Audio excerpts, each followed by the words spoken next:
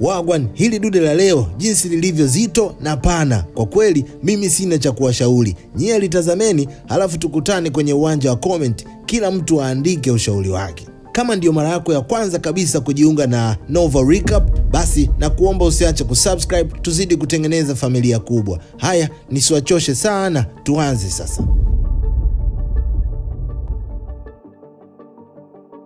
Katika kijiji fulani yupo mwanamke kigori. Ukimwangalia unamuona kabisa huyu ni mbeja mwenye umbeja. Ni mwanamke mzuri na amevaa vizuri sana. Jina lake anaitwa Fumi. Leo yupo hapa ana mawazo sana. Binti anajiuliza, huko ninakoenda itakuwaje? Punde mama yake akaja. Anamuuliza bintiye, mbona mpaka sasa hivi hujajiandaa? Na unajua kabisa wewe ndio pambo la sherehe yetu ya leo.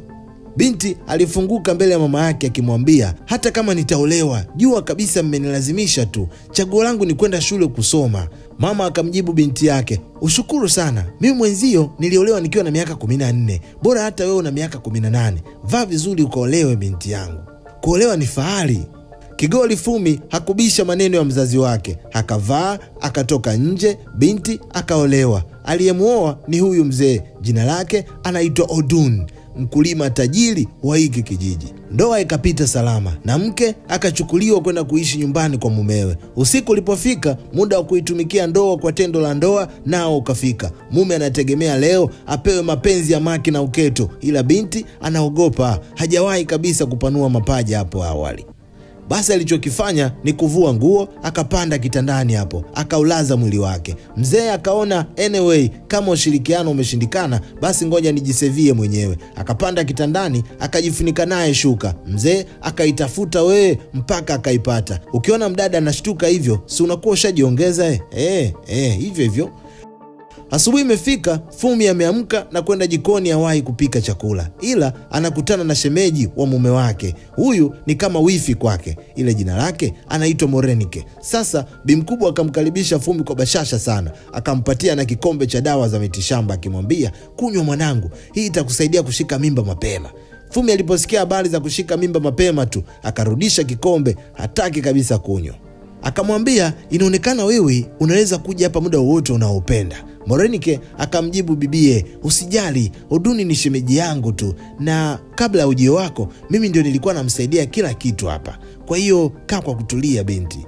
Binti anaanza kuingia kwenye mgogoro na mawifi zake mapema sana. Na ukumbuke kuwa ameozeshwa kwa huyu mwanaume mzee, ila alikuwa hampendi hata kidogo. Binti ndoto zake zilikuwa ni kurudi shule akasome. Leo asubuhi wakiwa wamepoa sebuleni, wanasikia mlango unagongwa. Fumi akaenda kuufungua mlango. Oya, alichokikuta mlangoni ni hiki hapa. Kijana mmoja handsome sana ambaye aliuvutia moyo wa Fumi pale pale bila hata kupepesa macho. Jamaa akaingia ndani. Huyu jina lake ni Femi na mama yake ni huyu Morenike. Kwa hiyo Femi na Oduni ni mtu na mjomba wake. Au tuseme Femi anamuita Oduni baba mdogo. Baada ya kusalimiana, wakaenda mezani kwa ajili ya kupata chakula. Sasa wakiwa wanakula, mama akamwambia kijana wake, Femi mwanangu, kwa hiyo unarudi lini shuleni? Femi akatoa jibu ambalo mama yake hakulitarajia. Jamaa hataki kabisa kurudi shule. Anataka abaki hapa hapa kijijini afanye kazi ya kuchonga vinyago. Mama anamwambia kijana wake, mbona mimi usiku na mchana nilikuwa nafanya maombi, wewe usome huko mjini upate kazi, alafu kumbe wewe hautaki kabisa kusoma. Jamaa alipoona mama amezidi kumsema wakati wa kula, akaamua kuinuka na kuondoka zake. Amezila kula chakula. Wakati huo wote Fumi amekaa kimya tu, anaangalia mchezo unavyoenda. Femi akaondoka na kwenda kwenye chimbo lake ambalo ndio huku huwa anafanyia kazi ya kuchonga vinyago. Hili chimbo naomba tuliite chumba cha sindano. Huko mbeleni utajua tunamaanisha nini. Femi alipofika kule akakutana na demu wake wa kitambo anaitwa Banke. Pisi fulani hivi imenyoka kama sindano za UTI. Basi wakapigana mabusu hapo wakikumbushiana utamu wao wa zamani. Femi alipotoka pale akaenda zake kuoga maji mtoni. Ila akiwa kule mke wa mjomba wake akaja. Na yeye alikuwa amekuja kuogelea, ila akamuona Femi kwa mbali. Mrembo akaanza kuvutiwa na muonekano wa Femi. Jamaa akatoka kwenye maji anakutana na shangazi yake. Basi wakaanza kuongea mambo mawili matatu hapa. Ila shangazi macho yote yapo kwenye bukta ya Femi. Sijui alikuwa anaangalia nini huku, ila hapa ndio ukawa mwanzo wa kizaazaa. Binti alipoona anazidiwa na hisia zake, akaamua kuondoka na kurudi nyumbani. Femi akabaki kumwangalia tu shangazi yake, namna alivyonona huku nyuma, akipita anaacha lawama tu. Sasa leo Femi akiwa ametulia zake kwenye workshop aka chumba cha sindano, shangazi mtu akaja. Anamuongelesha akimwambia Femi, hii sehemu yako ya kuifanyia kazi ni nzuri sana. Jamaa akawa anacheka tu hapa, ila alipokuja kuinua macho yakakutana na shangazi yake. Hapo sasa kuna hisia zikajitokeza katikati yao. Femi alishindwa kujizuia, akainuka na kusogea hatua moja kwa shangazi yake na kumvuta karibu naye. Akamramba busu zito lenye mchanganyiko wa juisi ya malimao. Nilikupa moyo wangu, nikapenda kweli, nikaamini maneno yako bila shaka moyoni. Lo, jamaa akaonja lipsi za shangazi yake. Sekunde 10 mbele, shangazi akatoa mdomo na kuondoka zake huku anajilaumu, nimefanya nini mimi leo? Mbona kama nimevurugwa hivi? Sasa shida ya hisia za mapenzi ni kwamba ukizipa nafasi ya kuchipua ndani ya moyo wako, basi hazikauki mpaka viungo vigusane. Leo usiku Femi na Fumi, mtu na shangazi yake huyu, wakakutana tena nyumbani kwao. Shangazi anajifanya kumwambia Femi, ule mchezo tusirudie tena, utatupeleka pabaya. Femi na yeye akajifanya kuitikia, shangazi, tusirudie tena kabisa. Ila bana, hapa wanaongea kwa mdomo tu, hisia za moyo zinakataa kabisa. Shangazi akamtazama Femi kwa jicho fulani vila mahaba. Femi akajaa kwenye kikapu, akiziangalia lipsi zinavyomeremeta. Jamaa kufunga breki, akasogea na kuzilamba tena. Mchezo wao sasa unazidi kukolea nazi. Femi akamwambia shangazi yake, kesho usiku naomba ufike kule kwenye kibanda changu, kuna jambo la kufanya mimi na wewe. Kesho ilipofika, Femi aliwahi kibandani kwake kuweka misingi sawa. Hapa sasa ndio utakuwa umenielewa kwa nini hiki kibanda niliomba tukiite chumba cha sindano. Huku ni michomo tu. Femi anaonekana na pressure kweli kweli. Unajua ni bora uruke na mshangazi kuliko shangazi mwenyewe. Ila mwanetu Femi akajikaza kiume, anataka kuzichanga karata zake. Shangazi hakumwangusha Femi, akafika chumba cha sindano. Tena alikuja na gauni jepesi bila kufuli ndani, maana alijua majukumu yake ya leo usiku. Hapakuwa na maongezi yoyote hapa, na mimi wala sitaki kuleta umbea. Macho unayo, tazama mwenyewe. Shangazi Matilai Shamsi alivyotoa mapenzi ya Maki na Uketo. Mapenzi yako yameniacha na huzuni. Nilikupa moyo wangu, nikapenda kweli, nikaamini maneno yako bila shaka moyoni. Lakini leo naona mapenzi yamegeuka, umeniacha na machungu moyoni. Huu mchezo wa mwanaume kupiga magoti akajifunika gauni unaonekana ni mchezo mzuri sana. Ngoja mama yenu akirudi kutoka mbali na mimi nikajaribu. Haya, yaliyotokea yalitokea. Siku zinasonga mbele, mahaba ya njiwa kati ya Femi na shangazi yake Fumi yanazidi kuongezeka tu. Wakiwa mezani wanapata chakula, miguu inatekenyana. Oduni ambaye ndio mume hakutabua lolote. Aliona mbona mke wangu anachangamka sana siku hizi kuliko zamani. Kumbe anachangamshwa na kijana wake. Mchezo haukuishia hapo. Kila kiza kikitanda, Femi na shangazi yake wanakutana kule chumba cha sindano. Wanaenda kupeana burudani zao. Fumi anaporudi nyumbani kulala na mumewe, anakuwa amechoka hatari. Heka za kijana wake zimemchosha. Mume kila akiomba hapewi mzigo. Sasa ikapita wiki moja. Leo Fumi akaona ngoja niende chumba cha sindano nikamsurprise mchepuko wangu. Anafika akiwa nje tu hapa anaanza kusikia kelele za mahaba. Kuna mrembo humo ndani anafanyiwa service. Sasa utamu umemzidia, anapiga kelele kweli kweli. Na huyo mrembo si mwingine bali ni Banke, yule mpenzi wa zamani. Fumi akaisikilizia ila akaona haina noma, akageuza na kuondoka zake. Baada ya Femi kumalizana na Banke akamwambia Femi kuwa hii ni mara ya mwisho, hatutaonana kwa muda kidogo. Nasafiri naenda zangu mjini kufanya modeling. Kuna kampuni imenikubali na kunipatia kazi ya umodo. Kwa hiyo tulizana, nikirudi tutaendelea tulipoishia mpenzi wangu. Femi akamwambia Banke, ni sawa na kupenda, ila unapoenda nenda ukafanye kazi, usiniwaze mimi nilie kijijini. Nenda kafanye kazi, utengeneze maisha yako. Banke akambusu mpenziwe Femi na akamwambia, mimi naondoka ila sitakusahau, nitarudi tu kwa ajili yako. Mrembo akakusanya mbariga zake na kuondoka. Baada ya Banke kuondoka, shangazi akarudi tena. Safari hii amekuja akiwa mnyonge sana, amekuja na taarifa isiyo ya kufurahisha. Femi anamuuliza, vipi Fumi, mbona sura yako imekushuka hivyo? Fumi akamjibu Femi, kuna tatizo kubwa limetokea. Femi, nahisi ninaweza kuwa mjamzito.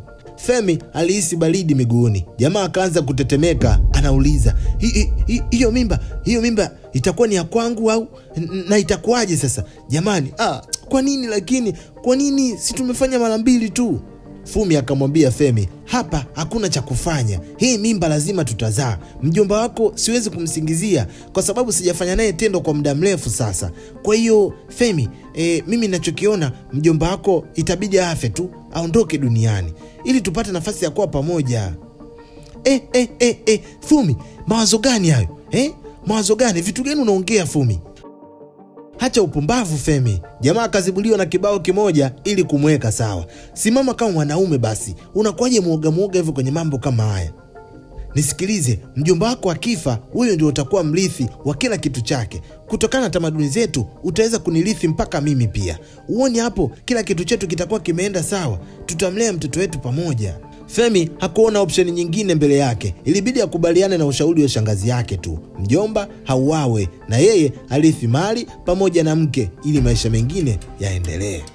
Basi usiku ule baada ya kutoka chumba cha sindano, Femi alienda kutafuta sumu inayoua taratibu. Kisha akampatia Fumi shangazi yake mahususi kabisa kwa ajili ya kumuondoa mjomba wake duniani. Leo Fumi ameamka vizuri sana, anapika chakula huku anaimba nyimbo nzuri za kumvutia mumewe. Na kweli mume akanasa kwenye mtego wa njiwa jike. Akiwa usingizini aliisikia sauti ya mkewe ikiimba nyimbo zenye maneno matamu sana. Basi aliamka na kumfuata mkewe mpaka jikoni. Mke akamwambia mume, leo nina furaha sana, hivyo nitakupikia chakula kizuri ule ufurahi mume wangu. Ila kwanza nenda kaoge nikukute mezani. Baada ya muda Uncle Dun tunaona akiwa anapigilia msosi hapa mezani aliotengewa na mkewe. Sasa akiwa anakula, Uncle akauliza, naona mke wangu umebadilika umebadilika, umeanza kuzoea kweli umezoea mazingira sasa hivi? Mke akamwambia, ndiyo, na pia sasa hivi nimeanza kuona uzuri wako mume wangu. Lo Fumi. Oduni baada ya kumaliza kula chakula akaenda zake shambani kugawa majukumu ya kazi kwa watu wake. Mzee ni doni sana hapa kijijini. Sasa akiwa anatoa maelekezo anaona tumbo linaanza kumuuma. Mzee anajikaza, anaendelea kuongea. Maneno mawili mbele maumivu yakamshinda. Uncle Dun akadondoka chini, hali yake ya afya imekuwa mbaya. Mzee alisikika akikohoa mara ya kwanza, akakohoa mara ya pili, alipokohoa mara ya tatu, haleluya tutaonana. Uncle Dun akafia pale pale shambani kwake. Kilichomuua hakijulikani. Baada ya mazishi kupita, Femi alikutana na shangazi yake, wanajadili namna gani wataweza kusurvive sekeseke la wazee ambalo litaanza hivi karibuni baada ya mambo yote kutulia. Siku chache baada ya Oduni kuzikwa, shemeji mtu kila akipiga mahesabu haelewi kabisa Oduni amefariki vipi. Akamuita mke ili kumuhoji vizuri kwa sababu anahisi kuna mkono wa mtu umehusika katika kumtanguliza Oduni mbele za haki. Lakini mke hataki kabisa kuhojiwa habari za kifo cha mume wake. Anasema zinamuumiza mno na kila anapolizwa basi ni kama vile anatia chumvi kwenye kidonda. Shemeji akaona sawa, kama hata wewe hujui chochote kuhusu kifo cha mumeo, basi mimi nitatafuta sababu ya kifo chake. Usiku umefika, shemeji akaenda zake makaburini. Amefika kule akawa anapiga ngoma ambayo Uncle Oduni alikuwa anaipiga. Shemeji anaita jina la Oduni akimwambia, amka utueleze umekufa vipi, aliyekuua hata kama ni mwanamke, hata kama ni mwanaume, amka ummalize, hatakiwi kabisa kuishi huyo. Amka Oduni, amka uje ulipize kisasi. Shemeji akaichapa na ngoma pale. Alipomaliza ulogi wake akaondoka kwa hasira. Siku iliyofuata viongozi wa mtaa wakakutana, wakaamua kwamba kila kitu ambacho kilikuwa mali ya Oduni kiende kwa kijana wake ambaye ni Femi. Sasa jamaa kaulizwa pia, vipi kuhusu mke, utamrithi au itakuwaje? Femi akaona hii sasa ndiyo fursa niliyokuwa naisubiri kwa muda mrefu sana. Akachagua kumrithi mke wa mjomba wake. Yaani ni kama vile kusema unamrithi mke wa baba yako mdogo. Hizi tamaduni hatari sana. Mama yake Femi hakupendezwa kabisa na maamuzi ya mwanawe. Kwanza kumbuka huyu mama hawapatani kabisa na Fumi. Sasa anapoona mtoto wake anaenda kuzama kwenye mtego wa Fumi, mama wa watu anachoka kabisa. Mapenzi mazito yakaanza kati ya Fumi na Femi. Hawa wawili wamebeba siri nzito sana mioyoni mwao ambayo inawatafuna taratibu tu. Mwanzoni mambo yalikuwa yakiwaendea vizuri sana. Mahaba yamejaa pembe nne, utawaambia nini hawa? Lakini ghafla kidudu mtu kikaingia. Banke amerudi kutoka mjini. Amekuja kuspendi good time hapa kijijini. Banke amekuwa mtamu kuliko mwanzo. Si unamuona? Wanaume bwana, sijui tuna changamoto gani. Binti amerudi akaleta na vizawadi vya nguo, akampa rafiki yake Fumi, huku akimtambia kwamba siku hizi nimekuwa modo mkubwa sana mpaka natokea kwenye magazine, si unaona? Sasa baada ya stori 2-3 Fumi akasema ngoja niende nikalete chakula mgeni yale. Alipotoka tu ni kama vile amewaacha paka na panya shimo moja. Banke akainuka alipokaa akimsogelea Femi akamwambia, usidhani nimeusahau huu mlija wako. Kiufupi nimerudi huku kwa sababu nimeumisi sana. Kule mjini wanaume wamekula sana chipsi, mafuta yameziba milija yao, haifanyi kazi kabisa. Jamaa akaguswa kidogo tu, tayari minara imesoma. Akamwambia Banke, kama vipi tukutane kule chumba cha sindano. Hapa mke wangu asije akatukuta hapa. Haya sasa, nyie ambao mnasema msioe singomaza, kisa atarudiana na baba watoto wake. Mtuambie huyu Femi na Banke wake imekuwaje na hawana mtoto hata mmoja, au ndio mechi za ugenini? Sijui. Usiku ulipofika, Femi akamwacha mkewe kitandani kimya akaenda zake chumba cha sindano. Alipofika anamkuta Banke amechanganya pigo, mavazi ya mjini, mahaba ya kijijini. Hapo gusa unase. Mchizi bila maelekezo akajipigia mrembo Banke. Ila hapa pembeni kuna haka kakinyago kamekaa na watumbulia macho kanaangalia wanaoyafanya. Huku nyumbani mke anakurupuka usiku, anashangaa mbona mume wangu hayupo, ameenda wapi huyo? Mke akajua tu kuwa hapa tayari nimepigwa za uso. Asubuhi imefika, Femi anaamka kitandani akiwa anajinyoosha, anashangaa kuona kile kinyago alichokiacha jana kule chumba cha sindano kimemfuata hadi huku chumbani kwao. Mchizi akawa anahema sana. Mke anafika pale anamuuliza, vipi mbona umeshtuka hivyo na wakati hiki kinyago wewe ndio umekichonga? Jamaa akamwambia mkewe, hiki nilikiacha workshop jana usiku, sasa imekuwaje kipo hapa tena, au wewe ndio umekileta? Hapo Femi akawa amejichanganya tayari. Mke akamuuliza, workshop ulienda kufanya nini usiku? Femi akawa anatafuta maneno sasa ya kujitetea, maana anajua ameshajitia kwenye matatizo. Mke akamwambia, naona Banke amerudi tu na wewe umeshaanza kwenda workshop usiku. Hongera Femi, hongera sana.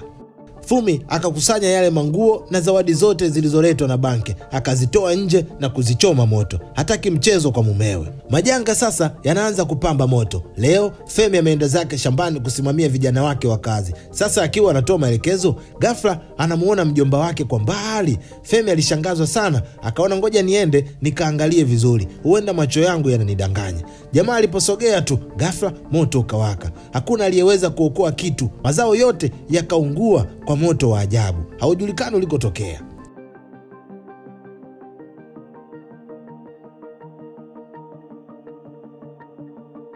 Sasa siku chache mbele, Femi tayari alishazoeshwa utamu na Banke. Leo wapo tena kwenye chumba cha sindano, wanafanya mambo yao. Ila sasa leo live bila chenga, mke akawakuta. Fumi akamwambia Banke, sikujua kama wewe ni nyoka kiasi hiki, ulijifanya rafiki yangu, kumbe hata ndio kwanza unanizunguka kwa mume wangu. Banke akatia kiburi kwa sababu si anajua yupo mikononi mwa Femi, baba mwenye nyumba. Femi alikuwa anamtetea Banke dhidi ya mkewe. Unaona sasa athari za kuruhusu utamu uendeshe ubongo wako. Fumi alipotoka pale akaenda kushtaki moja kwa moja kwa mama yake. Mama akamshauri mwanawe akimwambia, binti yangu, mwanaume ukitaka atulie umfunge akili zake, la sivyo ataendelea kuzunguka huku na kule akitafuta sketi zingine. Kesho uje nyumbani, nitakupeleka chimbo fulani binti yangu. Mama hakupoteza muda, palipopambazuka tu akamchukua binti yake akamvusha boda, anampeleka kwa Sangoma milimani huko. Walipofika, Sangoma akawafanyia tiba kisha akawapa dawa akiwaambia, hii dawa ina nguvu sana, tieni kidogo tu kwenye chakula cha mwanaume ambaye mnataka kumfunga atulie nyumbani, mkizidisha kipimo tu imekula kwenu. Basi mama na mwanawe wakachukua dawa na kutimka zao. Sasa usiku umefika, Femi halali nyumbani, yupo zake chumba cha sindano. Mke akaona ngoja nimfuate huko. Anafika anamkuta mumewe ametulia, mawazo yamemzonga. Jamaa anajuta kwa nini alimuua mjomba wake. Mke akamuuliza mumewe, baba, mbona umekuja kukaa huku peke yako? Halafu ni usiku. Femi akamjibu, hivi wewe mwenzangu unawezaje kulala usiku? Maana mimi kila nikilala namkumbuka tu mjomba wangu. Sielewi wewe unawezaje? Jamaa akaendelea kuongea tu. Halafu sijui kwa nini tulimuua mjomba wangu. Sieli tungetoroka tu kuliko kumuua. Ghafla sauti kutoka upande wa pili ikadakia. Femi, kumbe umemuua mjomba wako? Femi, umemuua mjomba wako Uduni? Femi. Huyo alikuwa ni Banke. Binti hakuwa mbali, alikuwa amekuja kukutana na Femi kwa ajili ya wao kupeana mahaba. Ila sasa amefika ndio anakutana na hii mada. Femi akajitahidi sana kumtuliza Banke. Mke akaona huyu atapiga kelele hapa, mwishowe watu wajue dili zetu. Fumi akachukua kinyago cha mpingo hapa, akampiga nacho Banke kichwani. Pum! Banke akadondoka mpaka chini na kufariki pale pale. Tayari mke na mumewe wameua mtu wa pili. Sasa Femi anazidi kupagawa tu. Umemuua Fumi, angalia binti wa watu, umemuua Fumi, umemuua. Mke akamwambia mumewe, kilichotokea tayari kimeshatokea. Hapa tufanye jitihada tu za kuutupa au mwili. Jikaze sasa. Basi hamna namna, Femi na Fumi usiku wakaenda kuutupa mwili wa Banke mtoni ili kupoteza ushahidi kabisa. Asubuhi imefika, Fumi anaandaa chakula cha mumewe baada ya kazi nzito ya jana. Mke akakumbuka maneno ya mama yake, ukitaka kumtuliza mume lazima umpe madawa fulani ndiyo atulie. Mke akaona hii sasa ndiyo fursa ya kumtuliza mume wangu. Basi akachukua dawa na kuitia kwenye chakula ambacho Femi alikuwa anaenda kula. Msoso umefika mezani, mke ameuandaa vizuri. Femi akaanza kula chakula. Amepiga matonge kadhaa, jamaa akaanza kukohoa, mke akampa maji. Mchizi anakula kwa hasira sana, maana anajua walichokifanya jana usiku. Kwanza wamesababisha kifo cha mtu mwingine asiye na hatia, lakini pili wameuondoa utamu. Si unajua Femi alikuwa anaponea kwa Banke? Jamaa akiwa anakula anazidi kukohoa tu. Kikohozi kikazidi kuwa kikali mpaka akadondoka chini. Mke anambembeleza mumewe, pole baba, pole baba. Anampa maji ila wapi, jamaa anazidi kukohoa tu. Radi zinapiga, mama mtu alikuwa amelala hapo anamalizia usingizi wa asubuhi, ila akapata hisia kuna jambo baya linaendelea. Femi anamuuliza mkewe, umetia nini kwenye chakula changu? Mbona najisikia vibaya hivi? Mke anamwambia, hakuna, sijatia kitu baba. Femi anaona kabisa nalichungulia kaburi, na kwa kuwa anajua mke wangu kuua kwake sio shida zake, akaona hapa leo tutakufa wote. Akamkamata mkewe shingo, akamkwida kweli kweli. Femi alimnyonga mkewe mpaka akakosa pumzi. Anakuja kumwacha, binti tayari alishakauka kitambo sana. Femi na yeye hakuchukua raundi, pale pale akafariki dunia. Mama anafika, kila akimpima kijana wake anaona kabisa uhai umemtupa mkono. Kijana amefariki na mke amefariki pia. Mama akapiga yowe moja hilo, analia kwa uchungu akimlilia kijana wake. Hadithi ya mapenzi ya vijana wawili walioendeshwa na moto wa hisia zao sasa imefika tamati. Majibu ya mama kwa ombi alilolitoa kwa shemeji yake, amka uje ulipize kisasi kwa waliofupisha uhai wako, yametimia. Ila mbaya zaidi imekuwa ni kijana wake pamoja na mwanamke aliyependwa na mjomba pamoja na mwanawe. Mimi ni Wagwan DJ, mpaka wakati mwingine tena. Usiache kusubscribe, lakini pia kama umependa zaidi story hii, gonga like hapo na kuweka comment hapo chini ukituambia ushauri gani ambao unaweza kuuona unafaa kwa vijana wa leo kutokana na hii story. Maana ina mambo mengi sana, vifo na mikasa, usaliti wa mapenzi na kila kitu. Unaweza kuandika neno gani ukawashauri vijana wa leo? Drop your comment hapo chini, wote tutaisoma kwa pamoja.